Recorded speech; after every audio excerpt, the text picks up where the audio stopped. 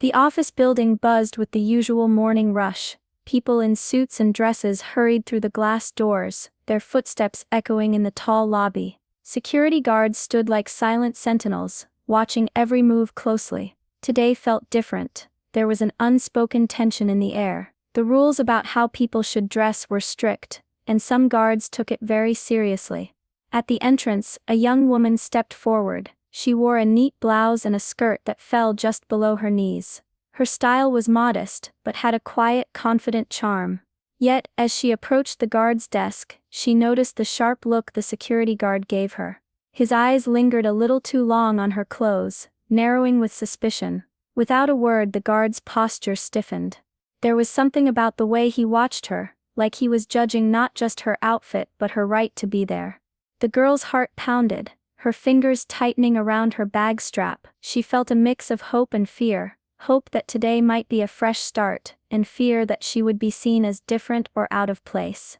The building felt colder now, like the walls themselves were holding their breath. As the girl reached the security desk, the guard didn't even glance at her ID. Instead, his eyes fixed on her skirt. "You can't come in dressed like that," he said sharply. His voice was low but firm, leaving no room for argument. The girl blinked, surprised.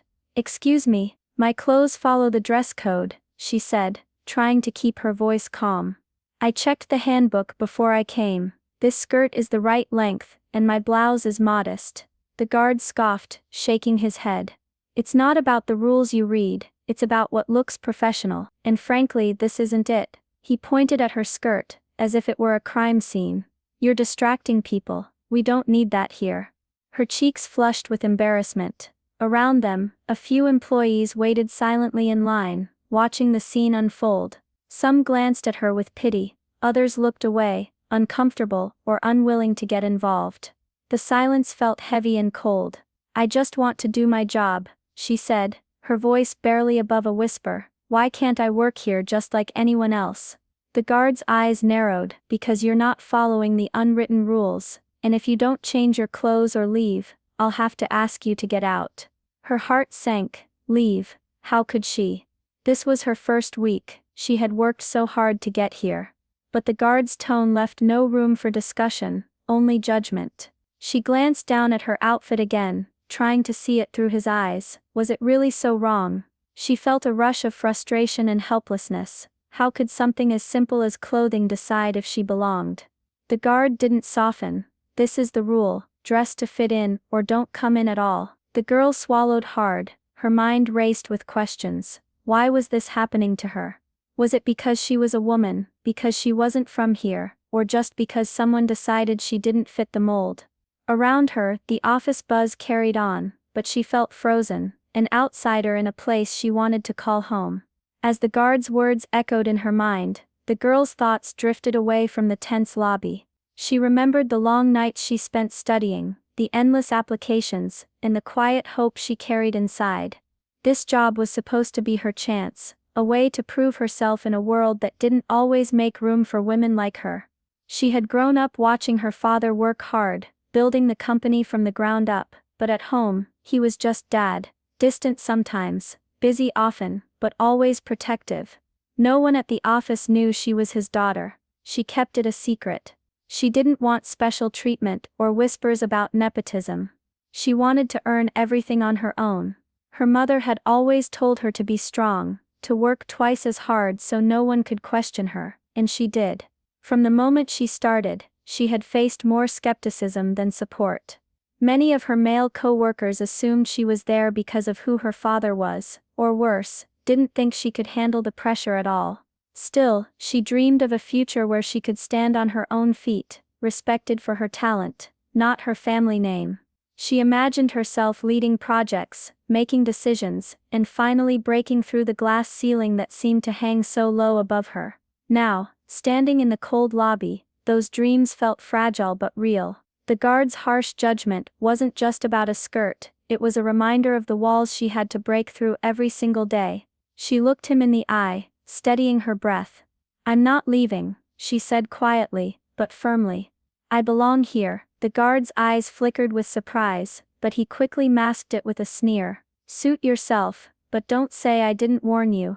Around her, the silent crowd watched, waiting for what would happen next. For the girl, it wasn't just about clothes anymore. It was about standing up to the unfairness, even when no one else seemed to notice.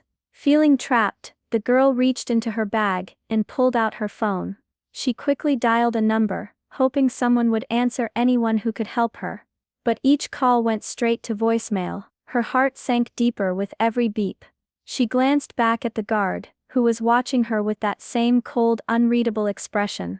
The weight of the moment pressed down on her. Maybe she really did have to leave. Just then, the glass doors at the entrance swung open, and a tall man in a sharp suit walked in. His calm presence seemed to fill the room.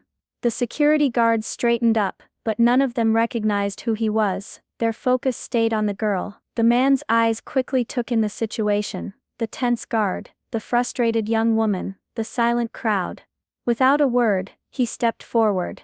"Is there a problem here?" His voice was calm, but carried an undeniable authority. The guard blinked, surprised, but trying not to show it. "She's not dressed properly. She's breaking the dress code." The man looked at the girl, and then back at the guard. "Is that so?" The girl's heart pounded as she realized who this man was. He was the CEO, the man she had grown up calling Dad. Yet here, in front of everyone, she was just the young woman being judged unfairly. The CEO's gaze softened as he turned to the crowd. "This young woman is my daughter." A collective gasp swept through the room. The guard's face turned red, but he didn't apologize. Instead, he shifted awkwardly and avoided eye contact. Whispers spread like wildfire. People stared at the girl with new eyes: surprise, shock, even admiration. Some who had been indifferent now seemed embarrassed they hadn't stepped in sooner. The CEO looked at his daughter and gave a small nod. "She has worked hard to be here. I expect everyone to treat her, and every employee, with respect." The guard remained silent, caught between pride and shame. The crowd's attitude had changed in an instant, but for the girl, the moment was bittersweet. She had stood her ground, and now the truth was out. The CEO stood tall, facing the crowd that had gathered around. His voice was steady, but carried a quiet power that made everyone listen. "Today, we saw something important," he began. "We saw how easy it is to judge someone based on how they look, but we also saw courage. The courage to stand up for what's right, even when it feels impossible." He turned to his daughter, pride shining in his eyes. She did not come here asking for favors or using her family name. She wanted to prove herself on her own. That takes strength, honesty, and determination. The room fell silent. The security guard shifted uncomfortably, as the CEO's words made it clear the man's behavior was unacceptable. Later, the guard was quietly called aside, and reminded of the respect every employee deserves, no matter their appearance or gender. For the girl, the moment was overwhelming. Relief washed over her. Finally her fight was recognized. But beneath that relief was a deep sadness. How many others had faced similar judgment, and never had someone to stand up for them? How many times had people been pushed out, overlooked, or ignored because of unfair rules and biases? She looked around at her coworkers. Some smiled gently, others avoided her gaze. Yet she knew something had shifted. The office, once cold and distant, began to feel a little warmer. The CEO's voice softened as he finished. "This is a lesson for all of us. Respect and fairness must guide how we treat one another.